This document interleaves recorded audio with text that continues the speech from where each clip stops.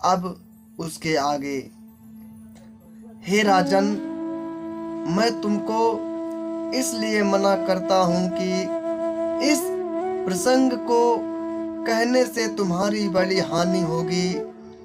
छठे कान में यह बात पड़ते ही तुम्हारा नाश हो जाएगा। मेरा वचन सत्य जानना। प्रताप भानु, सुनो, इस बात के प्रकट करने से अथवा ब्राह्मणों के शाप से तुम्हारा नाश होगा, और किसी उपाय से चाहे ब्रह्मा और शंकर भी मन में क्रोध करें, तुम्हारी मृत्यु नहीं होगी।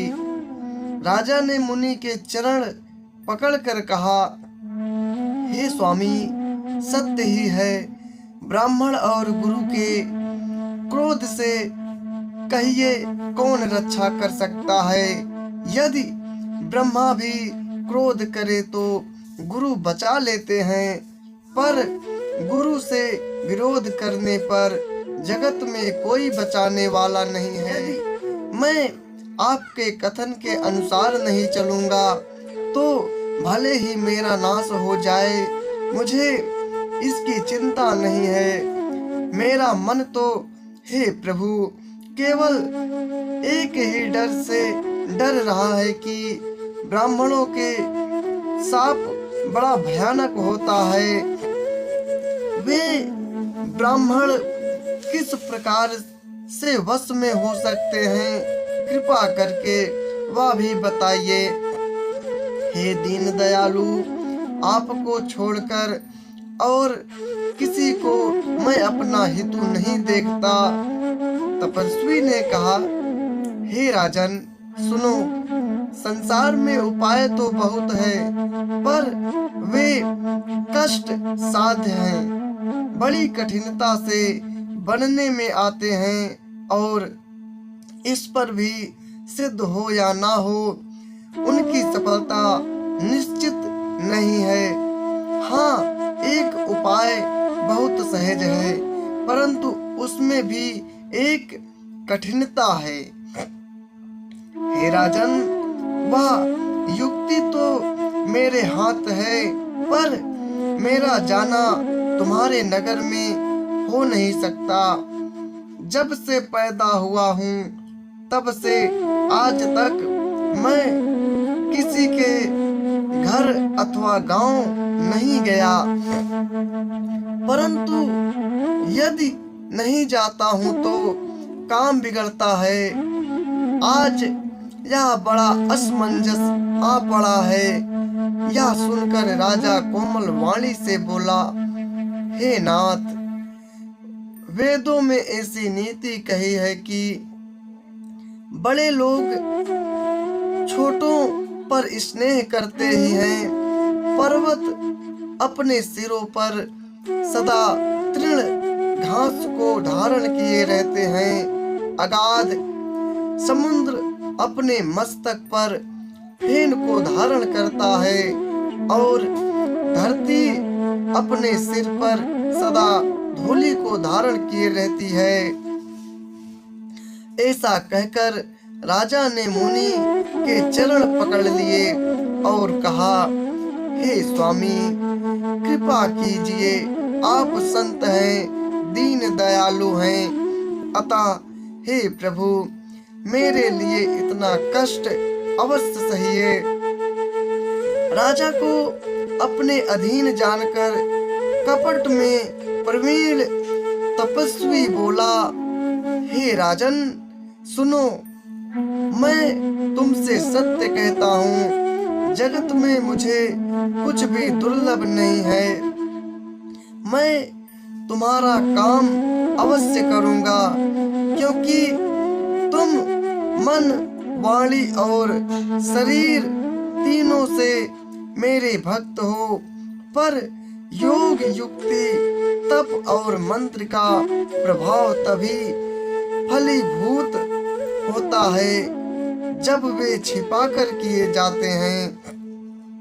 हे नरपति, मैं यदि रसोई बनाऊं और तुम उसे परोसो और कोई जानने न पावे, तो उस अन्न को जो जो खाएगा सो सो तुम्हारा आज्ञाकारी बन जाएगा। यही नहीं, उन भोजन करने वालों के घर भी जो कोई भोजन करेगा, हे राजन सुनो, वह भी तुम्हारे अधीन हो जाएगा।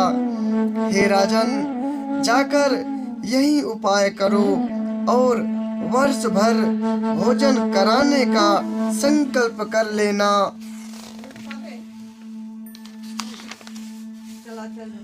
नित्य नए 1,00,000 ब्राह्मणों को कुटुंब सहित निमंत्रित करना मैं तुम्हारे संकल्प के काल अर्थात 1 वर्ष तक प्रतिदिन भोजन बना दिया करूंगा।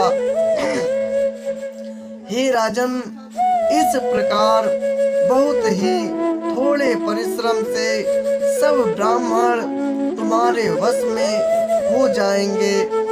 ब्राह्मण हवन यज्ञ और सेवा पूजा करेंगे तो उस प्रसंग संबंध से देवता भी सहज ही वश में हो जाएंगे। मैं एक और पहचान तुमको बताए देता हूँ कि मैं इस रूप में कभी नहीं आऊंगा। हे राजन, मैं अपनी माया से तुम्हारे पुरोहित को हर लाऊंगा। तप के बल से उसे अपने समान बनाकर 1 वर्ष तक यहाँ रखूंगा। और हे राजन सुनो, मैं उसका रूप बनाकर सब प्रकार से तुम्हारा काम सिद्ध करूंगा। हे राजन, रात बहुत बीत गई, अब सो जाओ। आज से तीसरे दिन मुझसे तुम्हारी भेंट होगी। तप के बल से मैं घोड़े सहित तुमको सोते ही मैं घर पहुंचा दूंगा। मैं वहीं पुरोहित का वेश धारण करके आऊंगा। जब एकांत में तुमको बुलाकर सब कथा सुनाऊंगा, तब तुम मुझे पहचान लेना। राजा ने आज्ञा मानकर शयन किया और वह कपट ज्ञानी आसन पर जा बैठा। राजा थका था, उसे खूब गहरी नींद आ गई, पर वह कपटी कैसे सोता, उसे तो बहुत चिंता हो रही थी। उसी समय वहां कालकेतु राक्षस आया, जिसने सुअर बनकर राजा को भटकाया था। वह तपस्वी राजा का बड़ा मित्र था और खूब छल प्रपंच जानता था। उसके 100 पुत्र और 10 भाई थे, जो बड़े ही दुष्ट, किसी से न जीते जाने वाले और देवताओं को दुख देने वाले थे। ब्राह्मणों, संतों और देवताओं को दुखी देखकर राजा ने उन सबको पहले युद्ध में मार डाला था। उस दुष्ट ने पिछला वैर याद करके तपस्वी राजा से मिलकर सलाह विचारी षड्यंत्र किया और जिस प्रकार शत्रु का नाश हो वही उपाय रचा। भावी वश राजा प्रताप भानु कुछ भी ना समझ सका। तेजस्वी शत्रु अकेला भी हो तो उसे छोटा नहीं समझना चाहिए। जिसका सिर मात्र बचा था, वह राहु आज तक सूर्य चंद्रमा को दुख देता है। तपस्वी राजा अपने मित्र को देख प्रसन्न हो उठकर मिला और सुखी हुआ। उसने मित्र को सब कथा कह सुनाई। तब राक्षस आनंदित होकर बोला, हे राजन सुनो, जब तुमने मेरे कहने के अनुसार इतना काम कर लिया तो अब मैंने शत्रु को काबू में कर ही लिया। समझो तुम अब चिंता त्याग सो रहो। विधाता ने बिना ही दवा के रोग दूर कर दिया। कुल सहित शत्रु को जड़ मूल से उखाड़ बहाकर आज से चौथे दिन मैं तुमसे आ मिलूंगा। इस प्रकार तपस्वी राजा को खूब दिलासा देकर वह महामायावी और अत्यंत क्रोधी राक्षस चला।